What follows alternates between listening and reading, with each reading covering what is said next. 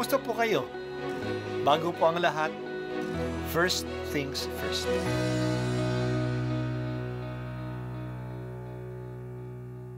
Good morning po. Sinisimulan po natin ngayon ang first things first. At dito po, tinatalakay natin sa unang bahagi ng umaga natin ay ang first readings na binabasa po sa banal na misa. Ito pong tinatalakay natin kasi madalas po kasi marami na tayong alam tungkol sa gospel readings. Pero konti po ang nagsasalita sa first readings. Pero ang first readings, bahagi din po yan ng Biblia, ng banal na kasulatan. Kaya susubaybayan po natin ang mga first readings, basahin po natin at kuminsan kailangan ng basahin ng 2 o 3 beses bago maintindihan kasi hindi po tayo familiar sa mga istorya at sa mga kaisipan na tinatalakay dito. Ang pagbasa mula sa sulat ni Apostol San Pablo sa mga taga-Roma. Mga kapatid, ipinangako ng Diyos kay Abraham at sa kanyang lahi na mamanahin nila ang sanlibutan, hindi dahil sa pagsunod niya sa kautusan, kundi sa kanyang pananalig sa Diyos, at sa gayoy siya'y pinawalang sala.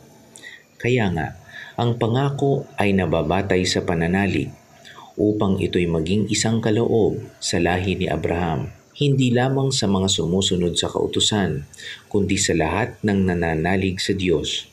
Tulad niya, yamang siya ang ama nating lahat. Ganito ang nasusulat, ginawa kitang ama ng maraming bansa. Ang pangakong ito ay may bisa sa harapan ng Diyos na kanyang pinananaligan.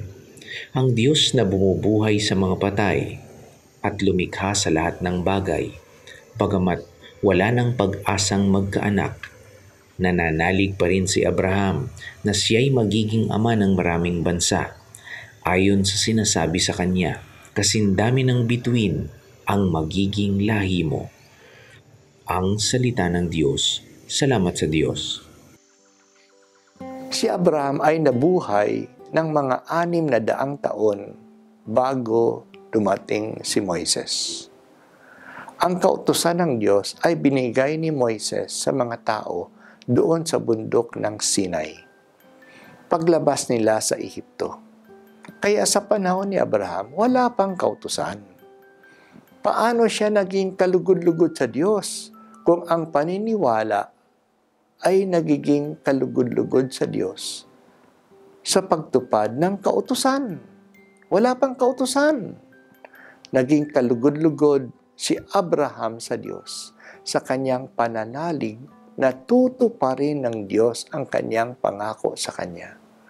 Kaya noong panahon niya, ang batayan ng relasyon sa Diyos ay hindi ang kautusan na wala pa noon kundi ang pangako.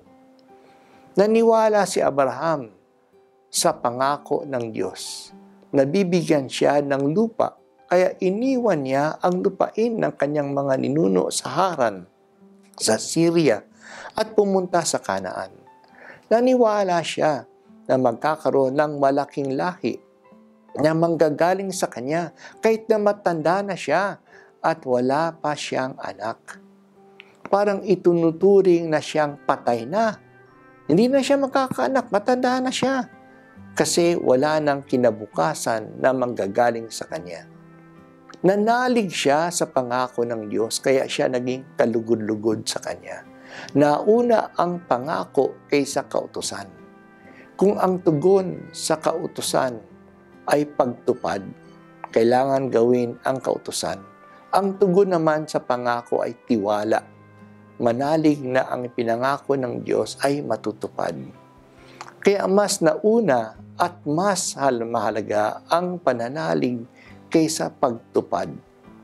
Si Abraham ay ang ama ng pananampalataya, ang ama ng mga taong nananalig sa Diyos.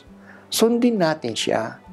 Hindi naman lahat ay nasa ilalim ng kautusan, pero ang lahat ay maaring manalig at manampalataya sa Diyos. Ang lahat ay maaring manalig sa Diyos dahil si Jesus ay namatay para sa lahat.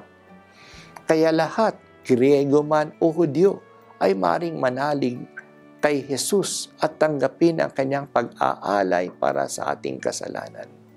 Kung may pananalig tayo sa Diyos, babaguhin natin ang ating buhay ayon sa ating pinaniniwalaan. Naniwala si Abraham na totoo ang sinabi ng Diyos na magbibigay siya ng lupain sa kanya. Kaya umalis siya sa kanyang lupain at pumunta sa Kanaan. Naniwala si Abraham na totoo ang Diyos na nagsabi sa kanya. Kaya iniwan niya ang mga Diyos-Diyosan na sinasamba ng kanyang mga ninuno. At naniwala siya sa iisang Diyos lamang. Naniwala siya na ang kanyang lahi ay magiging kasindami ng mga bituin. Kaya hindi siya nawalan ng pag-asa.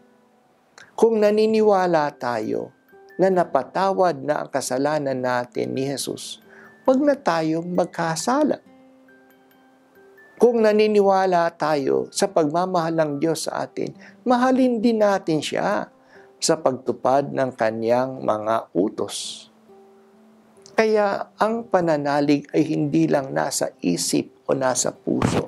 Ito'y nasa kamay, nasa paa, nasa ating paggawa.